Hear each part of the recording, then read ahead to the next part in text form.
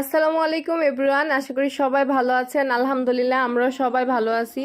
চলে আসলাম Eid day blog নিয়ে। সবাইকে ঈদ মোবারক। তো অনেকে হয়তো ভাবতেছেন এতদিন পরে কেন ঈদ মোবারক, এতদিন পরে কেন ঈদ ডে ব্লগ নিয়ে আসলাম। তো হঠাৎ করে আমার আম্মু খুবই অসুস্থ হয়ে পড়ছে। তো আম্মা বাসার সকল কাজের দায়িত্ব আমার উপরে পড়ছে। তো একা হাতে আমাকে সব কিছু সামলাতে হয়েছে। ঈদের দিনে রান্নাবান্না, ঈদের পরে আমাদের বাসায় আত্মীয় স্বজন সব কিছু আমাকে একা হাতে সামলাতে হয়েছে। তো আমি ওরকম সময় পাচ্ছিলাম না ভিডিওটা এডিটিং করে আপলোড করার মতো। তো পরে ভাবলাম হয়তো ভিডিওটা আর আপলোড করা হবে না। পরে ভাবতেছি যে এত ব্যস্ততার মধ্যে এক হাতে ক্যামেরা ধরে আরেক হাতে রান্না বান্না করে এত কষ্ট করে ভিডিওটা করছি, ভিডিওটা আপলোড করা উচিত। যারা আমার সাবস্ক্রাইবার আছে, যেসব আপুরা আমাকে ভালোবাসে, ইনশাল্লাহ তারা আমার ভিডিওটা দেখবে। তো ওইটা ভেবে আজকে ভিডিওটা আপলোড করা। আশা করি আপনারা সবাই আমার পাশে থাকবেন। তো সকাল সকাল ঘুম থেকে উঠে দুধ সেমাই আর বোনা সেমাইটা রান্না করে নিচ্ছিলাম। আর এইসব কাজ আম্মা বরাবর নিজে একা হাতেই করতো, যেহেতু আম্মা এবার অসুস্থতায় সব কিছু আমাকেই করতে হয়েছে। আর এটা হচ্ছে আমার বোনা সেমাইয়ের ফাইনাল লুক। আর যেহেতু কুরবানির সকাল 7টায় নামাজে দিয়ে দিছে, তাই আমরা বাইরা তাড়াহুড়া করে খাওয়া দাওয়া একটু মিষ্টিমুখ করে নামাজে চলে যাবে। তো বড় ভাইয়া আর আমার ছোট ভাইটা এখন নামাজে চলে যাইতেছে। তো ওরা এসে খাওয়া দাওয়া করবে, তারপর গরু জবাই করবে। তো আমি চলে আসলাম, আমি রান্না করে নিতেছিলাম। আর আজকে খাওয়ার জন্য হাঁসের মাংস রান্না করতেছিলাম, সাথে হচ্ছে কই মাছ ভাজি করতেছিলাম। ওরা এসে খাওয়া দাওয়া করে তারপর হচ্ছে গরু জবাই করবে।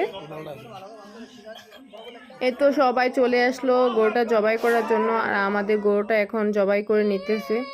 যাই হোক, আল্লাহ তাআলা আমাদের সকলের কুরবানি কবুল করে নেই। তো আমাদের গরুটা জবাই হয়ে গেছে।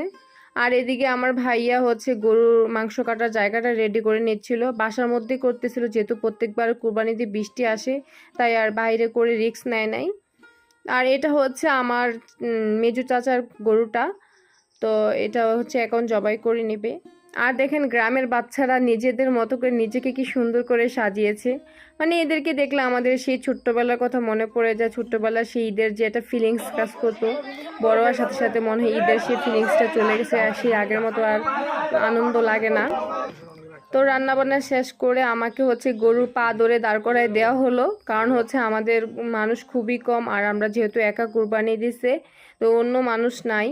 তো আমার 3 ভাই 3টা পায়ে ধরছে। আব্বু আর ভাইয়া হচ্ছে গরুর ছালটা ছাড়াইতেছে। তো আমাকে বললো তুমিও কাজে হেল্প করো এসে। তো আমি এসব কাজে আগে কখনোই হেল্প করি না, এই ফার্স্ট টাইম ভাইয়াদের কাজে হেল্প করতেছি। তো আমাকে হচ্ছে গরুর পা ধরে দাঁড় করায় দেওয়া হয়েছে। আর আমি খুবই কষ্টের একটা কাজ, গরুর পা ধরে দাঁড়াতে হন। এই ফার্স্ট টাইম এই ফিলিংসটা পেলাম, আগে কখনো এই ফিলিংসটা পাই নাই। তো আমার খুবই কষ্ট হচ্ছিল। তো বাবা বললো আচ্ছা তুমি চলে যাও, আমরাও ম্যানেজ করে নেব, তুমি যাও গোসল টোসল করে রেডি হয়ে যাও। তাই আমি এসে গোসল করে রেডি হয়ে গেলাম, একটু সাজুগুজু করে নিলাম। যেহেতু হোক আমাদের ঈদ বলে কথা, ঈদ আমাদের খুব স্পেশাল একটা দিন। তো আমি রেডি হয়ে আমার চাচাদের বাসায় চলে আসলাম। আর এসে দেখতেছি ওদের কাটাকুটি প্রায় শুরু হয়ে গেছে। আর দেখুন পুকুর পাড়ে খুব ঠান্ডা হাওয়ার মধ্যে ওরা মাংস কাটতেছে, খুব সুন্দর একটা পরিবেশ। আর ভাইয়া বলল আমাকে তো ওদের ভিডিওতে নিয়ে আমাদেরকে একটু ভাইরাল করে দে। তা আমি হচ্ছে একটু ছবি ওঠানোর জন্য আমি আর আমার চাচাতো বোন চলে যাচ্ছি আমাদের পুকুর পাড়ে কিছু ছবি উঠে নেব। আর আজকে অনেক গরম ছিল।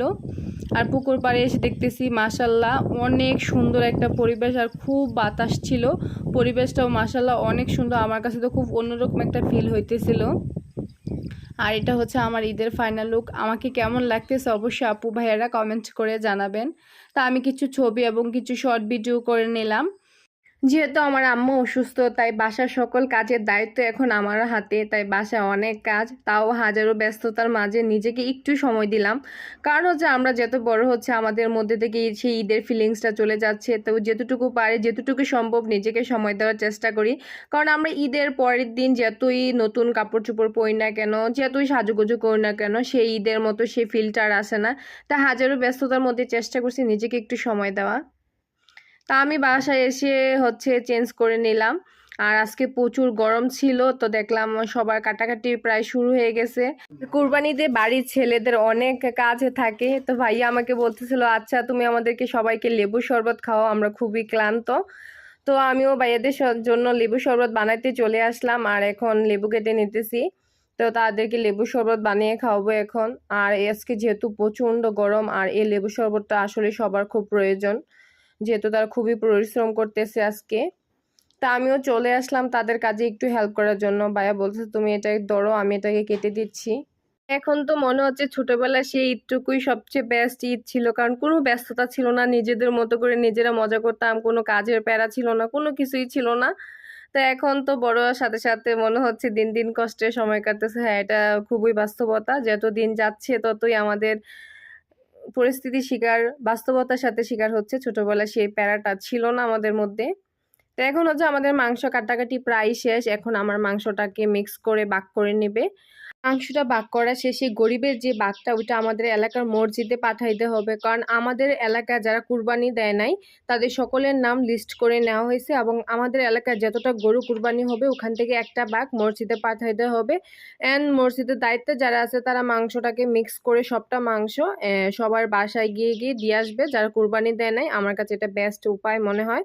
আর আমি এদিকে কলিজা ভুনা আর হচ্ছে চালের গুঁড়া রুটি বানাই নেব, কারণ ভাইয়ারা হচ্ছে মাংস কাটাকাটি শেষ করে এসে খাওয়া দাওয়া করবে। আর আমাদের কুরবানির ঈদটা আমাদের খুবই স্পেশাল একটা দিন, কারণ এই দিনে আমাদের গরিব বড়লোক সবার বাসায় একই ধরনের খাবার থাকে। এটা আল্লাহ তাআলার খুবই একটা বড় রহমত। তো আল্লাহ তাআলা আমাদের সকলের কুরবানি কবুল করে নেক, আমিন। তো আমি এখানে হচ্ছে চালের গুঁড়া রুটি বেলে নিয়েছি অনেকগুলা। তারপর হচ্ছে আমি আমাদের মাংসটা বসাই দেব। আর আমার মেজো ভাই হচ্ছে আজকে মাংসটাকে মলিদা করে দিচ্ছে। তো ভাইয়া একে হচ্ছে ধনিয়ার গুঁড়া সবকিছু আদা রসুন পেঁয়াজ বাটা সব এভরিথিং একসাথে মিক্স করে নেবে এখন। তারপর হচ্ছে রান্না বসাই দেব। আর আজকে যেহেতু আমার আম্মু অসুস্থ, তাই ভাইয়া আমরা সবাই মিলে কাজ করতে হইতেছে। আম্মু থাকতে এই প্যারাটা কখনোই বুঝি নাই। তো আম্মু না থাকলে বোঝা যায় আসলে আমরা কত কাজ করে। তো যত দিন যাচ্ছে আমরা সেটা একটু একটু করে বুঝতে পারতেছি। তো সবাই আমার আম্মুর জন্য দোয়া করবেন, আল্লাহ তাআলা যেন আমার আম্মুকে তাড়াতাড়ি সুস্থ করে দেয়। আজকে আমি চেষ্টা করছি গ্রামের মানুষের ঈদ কিভাবে কাটে আপনাদের মাঝে শেয়ার করার জন্য। আমার ভিডিওটা যদি কোথাও একটু আপনাদের ভালো লেগে থাকে তাহলে চাইলে প্লিজ আমার চ্যানেলটা সাবস্ক্রাইব করে নিতে পারেন। আর যারা অলরেডি এই কাজটি করেছেন তাদেরকে অসংখ্য অসংখ্য ধন্যবাদ। আর আমার ভিডিওটা লাইক কমেন্ট শেয়ার করে দিবেন। তো আপনারা আমার পাশে থাকি, ইনশাল্লাহ আমি একদিন সাকসেস হব। আর এদিকে আমি মাটির চুলার মধ্যে 2 হাঁড়ির মধ্যে মাংসটা বসাই দিয়েছি। আর ঈদের মাংস যে কি পরিমাণ মজা হয়, অন্য সময় আমরা আরো অনেক কিছুতে রান্না করলেও তা মজাটা পাই না, কারণ এই ঈদের রান্নার মধ্যে আল্লাহ তাআলার খুব বড় একটা রহমত আছে। তো আজকের ভিডিওটা আমি এখানেই শেষ করতেছি। আশা করি আপনারা সবাই আমার পাশে থাকবেন, সবাই ভালো থাকবেন, সুস্থ থাকবেন। আল্লাহ হাফেজ।